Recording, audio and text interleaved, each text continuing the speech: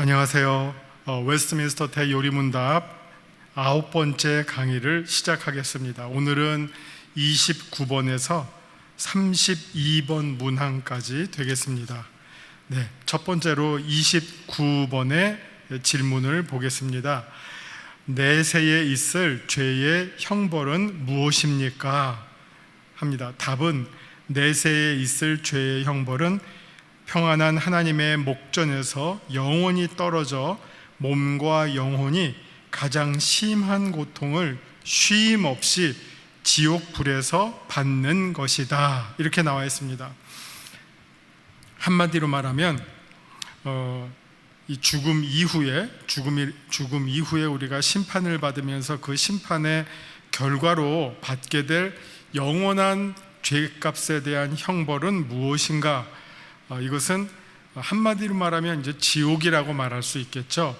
그래서 성경에서도 지옥에 대한 여러 가지 묘사와 특징이 있습니다. 오늘 여기 본문에 나온 것처럼 가장 심한 고통을 쉼 없이, 그러니까 끊임없이, 고통을 끊임없이 지옥의 또 불에서 받는 것이다. 이게 사실은 무언가 우리가 경험하지 못한 것을 설명하려면 경험했던 것을 가지고 설명할 수밖에 없어요. 아무도 지옥에 가본 사람이 없습니다. 또 아무도 아직 천국에 가본 사람이 없습니다. 어느 누구도 죽음 이후의 일을 이 땅에 있는 사람들에게 소상하게 알려준 바가 없습니다. 그러나 우리가 천국은 좋아도 지극히 좋은 곳이라고 알고 있고, 지옥은 정말 나쁘고 괴롭고 정말 최악의 곳이라고 우리가 상상할 수 있죠. 그런데 가장 좋은 곳을 우리가 설명하려면 이 땅에서 우리가 경험했던 좋은 것들을 최고로 설명하면 천국의 실제까지는 아니더라도 천국이 그런 곳이겠구나 라는 어떤 생각의 가능성을 펼쳐줍니다. 마찬가지로 반대로 지옥의 경우도 마찬가지입니다. 지옥이 어떤 곳이겠습니까? 아무도 가본 사람이 없습니다. 근데 지옥을 설명하려면 우리가 이 땅에서 경험했던 가장 괴롭고 나쁜 그런 것들을 최고로 모아서 설명하면 그것을 통해서 지옥이 이런 곳이 아닐까라고 소개해 줄 수 있죠. 그래서 사실은 우리가 이 땅에서 참 괴로움을 당하는 것을 우리가 고통을 당한다 그러죠. 고통을 받는다. 여기는 통증도 있고 여러 가지의 아픔이 있어요. 근데 우리가 아파도 간단한 고통은 한번 살짝 아프고 끝이에요. 바늘로 한번 주사 한번 맞을 때 한번 꼭 찌르면 끝이잖아요. 그런데 좀 더 심한 상처는 예를 들어서 뼈가 부러졌다 그러면 부러질 때는 정말 아찔할 만큼 아프고, 부러진 다음에도 그 통증이 계속되죠. 얼마나 계속될까요? 한 달 이렇게 계속될 거예요? 혹은 한두 주 계속되겠죠? 그러니까 우리가 이 땅에서 당하는 고통은 아무리 괴로워도 어느 정도 기간 속에서의 고통입니다. 배가 아파도 어저께 배탈 났는데 죽을 때까지 그 배탈인 상태로 지속되는 경우는 없잖아요. 배탈이 나서 토사광난이 일어나도 며칠이면 끝나요. 약을 먹든지 아니면 자연히 그냥 치료가 되든지 며칠이면 끝나요. 그러니까 그 고통에는 대개 일정 기간이 있어요. 그래서 그 기간을 인내하고 견디면 그 고통을 이기게끔 돼요. 그런데 지옥이라고 하는 것을 설명할 때 어떻게 설명하느냐? 그 고통이 영원히 지속된다는 거예요. 끊임이 없다는 거예요. 어디 두통이 오는데 그 두통이 계속 이어져요. 복통이 오는데 그 복통이 계속 이어져요. 혹은 여기 또 지옥을 설명할 때 매번 나오는 표현이 불이에요. 불. 아마 그 아픈 상처 가운데 화상이 주는 상처가 그렇게 제일 아프대요. 전신에 몇 도 이상 화상을 당한 사람, 그 고통은 이루 말할 수가 없다 그래요. 그런데 왜? 불에 우리 몸이 탈 때 아주 극심한 고통을 느껴요. 근데 더 심하면 어떻게 됩니까? 아예 타서 없어지죠. 재가 되죠. 그러니까 어떻게 보면 이 불에 타는 고통이라고 하는 것도 일정 시간이에요. 온몸이 타는데 얼마나 걸리겠어요? 한 1, 20분이면 다 타지 않겠습니까? 우리가 화장장 가도 뭐 한 1시간이면 다 타지 않습니까? 예. 그게 불에 타는 고통인데 그 고통도 우리가 어느 순간에는 느끼지 못하고 그냥 재가 되는 거 아닙니까? 그런데 지옥을 비유할 때는 영원한 타지 않는, 이 몸이 타서 없어지지 않는, 그러니까 어떻게 보면 통증만 느끼는 그런 고통의 시간, 영원한 시간, 그렇게 이제 지옥을 설명합니다. 그런데 사실은 그거보다 더 성경의 본질적인 설명은 무엇이라고 말할 수 있냐면요, 여기 답에도 나온 것처럼 하나님의 목전에서 영원히 떨어져입니다. 이 말은 지옥은 하나님과 분리된 상태를 말하고요, 천국은 하나님과 연합한 상태를 말하고 있습니다. 우리는 이 땅에 살면서 하나님과 때때로 연합합니다. 하나님과 함께 합니다. 하나님과 함께 할 때 그 기쁨이 얼마나 크고 그 행복이 얼마나 충만합니까? 그래서 천국은 영원히 하나님과 같이 사는 삶. 천국에 대한 비유가 여러 가지가 있지만 가장 핵심적인 내용은 하나님과 함께 하는 삶. 하나님과 가지가 나무에 붙어 있는 것처럼 우리가 하나님에 붙어 있어서 생명의 근원, 복의 근원인 하나님과 우리가 붙어 있어서 그 하나님과 영원히 사는 삶. 그럴 때는 정말 시편 23편의 그런 고백들, 그리고 시편 1편의 복 있는 사람의 고백들이 부분적으로만 드러나는 게 아니라 완전히 충족되는 것, 완성되는 것, 그것이 천국이라고 하면, 그 반대는 하나님, 우리가 이 땅에 살면서 하나님 왜 나를 버리십니까? 막 이런 얘기 하는데, 이 상태는, 지옥이라고 하는 상태는 영원히 하나님으로부터 버림받은 그런 상태입니다. 우리가 우스갯소리로 천국에는 하나님이 계신데 지옥에도 하나님이 계실까? 그런 질문들을 해요. 이게 성경이 어디에 정답은 없습니다. 대개 하나님으로부터 떨어져 있다 그랬는데, 근데 우리 하나님은 또 무소부재하시잖아요. 안 계신 곳이 없어요. 그러면 천국에는 하나님이 계시고 지옥에는 하나님이 없으면 그러면 그쪽은 누가 다스리지? 이런 질문들도 나오죠. 그래서 저는 천국은 하나님과 면대면의 관계로, 행복한 관계로 함께하는 곳이라면, 지옥은 하나님과 등진 관계로 진노의 하나님이 임재하시고, 천국은 은혜와 사랑과 축복과 자비의 하나님이 영원히 임재하시는 곳이 천국이라면, 진노와 질투와 노함과 심판의 하나님이 영원히 임재하시는 곳이 지옥이라고 말할 수 있겠습니다. 우리가 이 땅에 살면서 때로는 하나님의 은혜도 경험하고 또 때로는 하나님으로부터 심판과 징계를 경험할 때도 있습니다. 그러나 그것은 어떻게 보면 천국에 대한 예고편, 지옥에 대한 예고편이라고 말할 수 있죠. 그러나 그런 어떤 하나님의 경고와 징계를 우리가 소홀히 여길 경우에는 그 일시적으로 주어졌던 하나님의 징계가 마지막 날에는 죄에 대한 궁극적인 형벌로서 영원한 형벌로 주어진다는 것을 우리가 결코 잊어서는 안 되겠습니다. 그래서 사실은 그 내세에 있을 죄의 형벌은 이게 하나님의 궁극적인 뜻이고 원하시는 바라고 하기보다는 하나님을 떠난 사람들이 최후에 자기들이 선택해서 받게 될 공의로운 운명이라고 말할 수 있겠고요. 하나님은 가능하시면 우리에게 이런 내세에 받게 될 죄의 형벌을 가르쳐 주시고 또 알려주심으로 말미암아 디모데전서 2장 4절의 말씀처럼 모든 사람이 구원을 받고 진리를 아는 데 이르기를 하나님이 원하신다 하는 것을 우리가 잘 깨달아 알게 되었으면 참 좋겠습니다. 내세에 있을 죄의 형벌은 영원한 하나님의 목전에서 떠나서 영원한 하나님의 진노 속에서 고통을 당하는 것이다 라고 말할 수 있겠습니다. 자, 그 다음에 이제 30번 문제로 들어가겠습니다. 하나님께서 모든 인류를 죄와 비참한 자리에서 멸망하게 버려 두셨는가?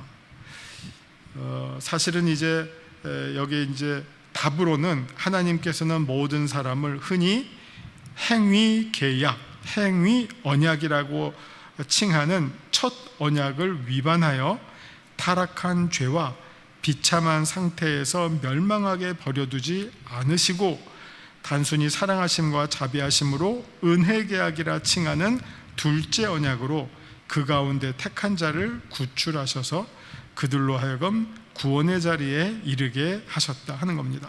자, 행위 언약은 하나님께서 아담과 맺으셨던 언약입니다. 다른 모든 동산의 실과는 먹을 수 있되 이 가운데에 있는 선과 악을 알게 하는 나무는 먹지 마라, 열매는 먹지 마라, 내가 이것을 먹는 날에는 정령 죽으리라 라고 하는 그 아담이 순종하느냐 불순종하느냐, 하나님의 명령을 따르고 다 지킬 수 있느냐 아니면 지키지 않느냐 하는 그 행위에 따른 계약을 맺으셨고, 그 다음에 그 행위에 따른 계약에 대한 결과를, 책임을 하나님께서 우리에게 물으십니다. 그 행위에 따른 계약을 어긴 결과가 무엇입니까? 에덴 동산에서 쫓겨나고 수고하고 땀 흘리게 되고 그 다음에 결국에는 정령 죽게 되는 것, 그것이 행위 언약에 대한 어떻게 보면 계약의 내용이었고 계약 불이행의 결과라고 말씀드릴 수 있겠습니다. 그런데 하나님께서는 행위 언약에서 멈추지 아니하시고 그 타락한 인간을 하나님께서 다시 찾아오시잖아요. 아담아, 내가 어디 있느냐? 그러면서 한편으로는 에덴 동산에 접근하지 못하도록 화염검을 두르게도 하셨지만 또 에덴 동산에서 쫓겨나는 아담과 하와를 또 보호해 주시는 방법도 택하셨어요. 그리고는 이제 그게 옛 언약이었다면 이제 새 언약을 바울의 표현대로 둘째 아담을 통해서 완전히 은혜 언약을 맺으셨는데, 이 둘째 아담을 통한 은혜 언약이 이루어지기 전에도 하나님께서는 어떻게 보면 그 이스라엘이 혹은 하나님의 백성이 구원을 받을 수 있도록 계속해서 우리에게 은혜의 방법들을 열어주셨죠. 그래서 여기에는 안 나와 있지만 그래서 맺었던 언약이 시내산 언약이에요. 이번에는 처음에 첫 번째 행위 언약은 아담과 맺으셨다면 시내산 언약은 이스라엘 백성과 공동체적으로 맺으셨죠. 너희가 내 말을 따르면 내 백성이 되고 나는 너의 하나님이 될 것이다. 이게 은혜 언약의 이제 구약 버전이 되겠죠. 이게 시내산 언약이죠. 그러니까 그 타락한 이스라엘을 하나님께서 버려두지 아니하시고 시내산 언약, 그리고 그 가운데 유월절 언약이 있잖아요. 유월절을 통해서 이스라엘에게 다시 구원을 받는 길을 열어주셨고, 이 유월절 언약은, 신의 언약은 마지막에 어떻게 그 유월절 어린 양이신 예수 그리스도를 통해서 그 은혜 언약의 완성판이 이스라엘과 또 하나님의 자녀들에게 주어지게 됩니다. 그래서 하나님의 사랑이, 어떻게 보면 하나님의 사랑은 하나님의 진노보다 크다잖아요. 죄보다 하나님의 사랑이 더 크잖아요. 그러니까 하나님께서 우리를 용서해 주실 수 있는 거죠. 우리의 죄보다 하나님의 사랑이 적다면 하나님이 우리를 용서해 주시고자 하시더라도 용서하실 수가 없을 거예요. 그러나 사랑이 허다한 죄를 덮는 것처럼 하나님의 사랑은 인간의 어떠한 죄도 용서해 주시지 못할 죄가 없을 만큼 크시다는 거죠. 그래서 그 사랑의 하나님께서 새로운 은혜 언약을 맺어주셨죠. 그 은혜 언약의 아주 결정판을 알려주는 말씀이 요한복음 3장 16절이죠. 하나님의 세상을 이처럼 사랑하사 독생자를 주셨다. 그러니까 누구든지 저 하나님께서 보내신 독생자를 믿는 자마다 멸망하지 않고 영생을 얻게 하시려고 은혜의 언약을 하나님께서 우리에게 맺어 주셨다. 이게 어떻게 보면 성경의 큰 아주 중요한 스토리라고 말씀드릴 수 있겠습니다.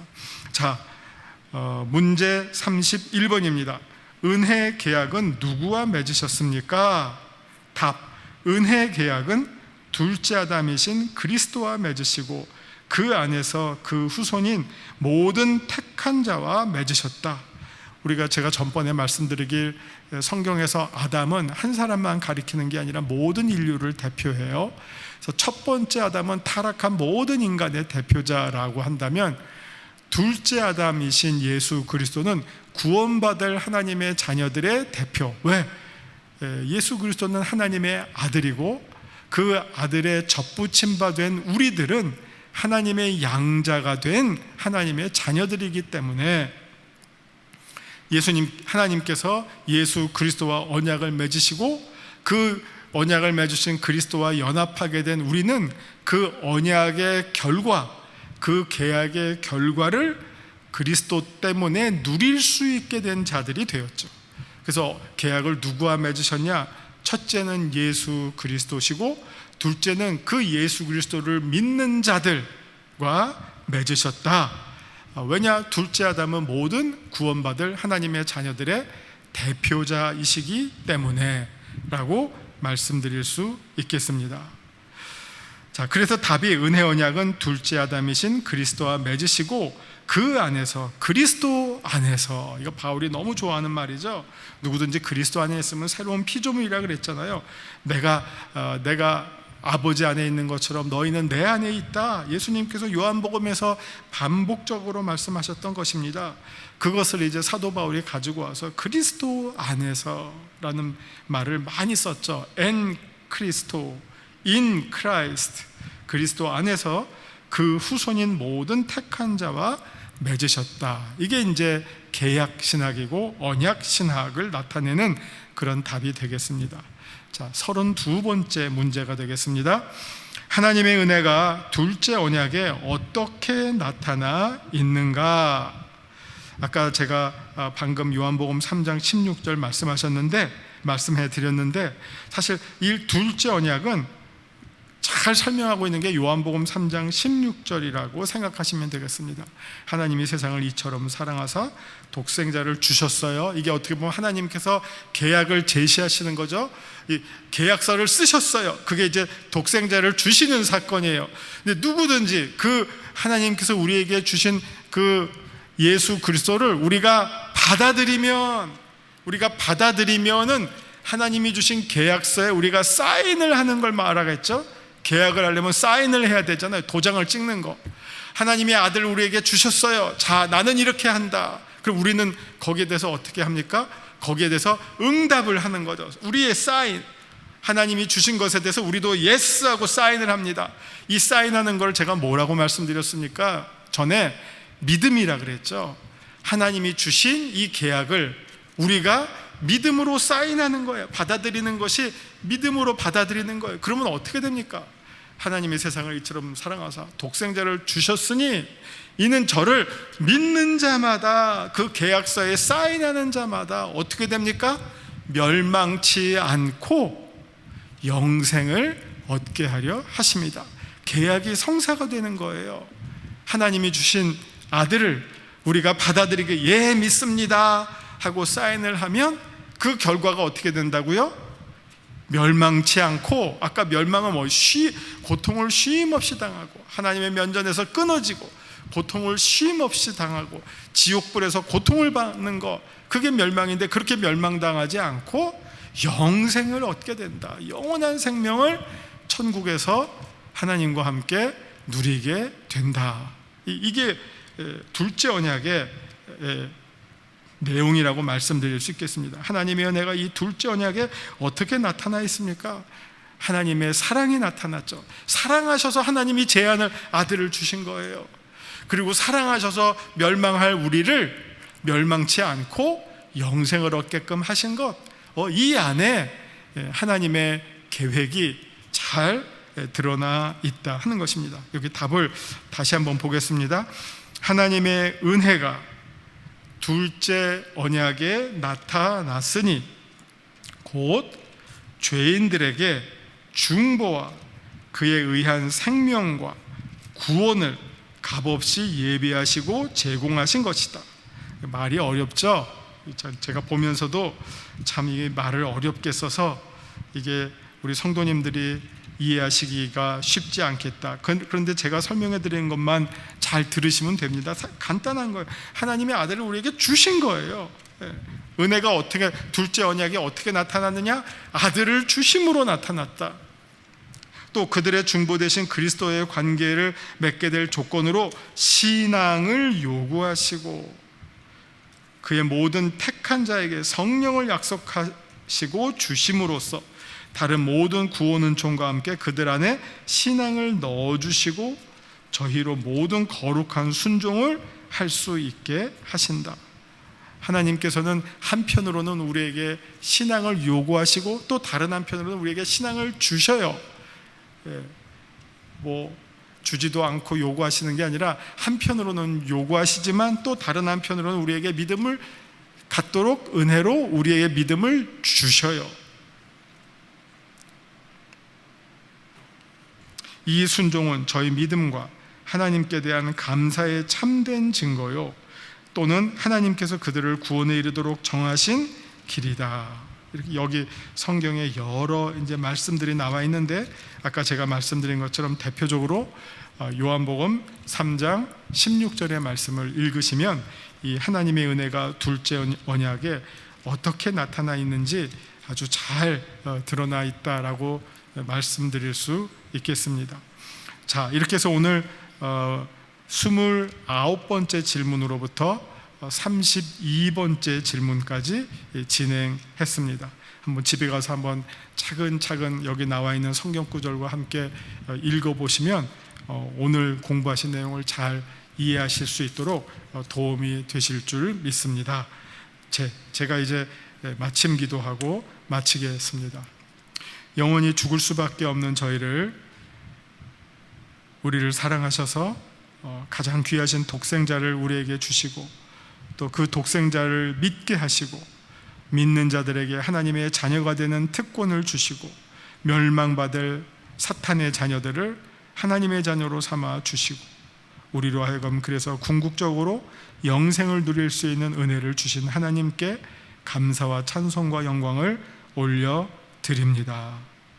그래서 우리가 마땅히 이 땅에 살면서 하나님을 기뻐하고 하나님께 영광을 돌려드리는 것은 우리가 마땅히 해야 할 일이라고 생각합니다.